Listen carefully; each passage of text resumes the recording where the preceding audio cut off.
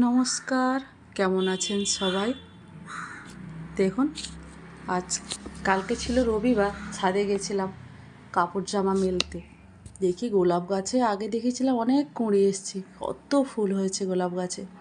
আর pink কালারটা এত সুন্দর লাগছে, রোদের মধ্যে পুরো ঝলমল করছে। তাই বললাম ছোট্ট একটা ভিডিও বানানো যাক আমার এই গোলাপ ফুলের গাছে।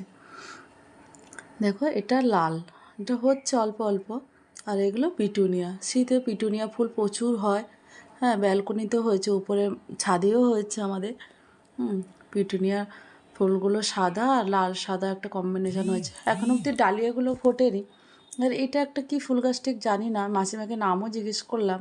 মাসিমা বললো নামগুলো ঠিক ভুলে গেছে। আমিও ঠিক এত কঠিন কঠিন নাম ফুল গাছের আর মনেও থাকে না। দেখো, গাঁদা ফুলগুলো হয়েছিল, আগে দেখিয়েছিলাম গুড্ডু গাঁদা ফুলগুলোর কাছে গিয়ে দাঁড়িয়েছিল।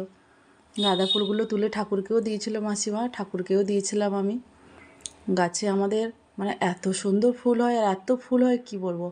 এটা একটা কালার হচ্ছে, এখন অবধি ফোটেনি। আর সাদা ফুলগুলো তো দেখলেই মনে হয় আমি ওখানেই বসে থাকি, এত মানে গাছ ভরে গেছে।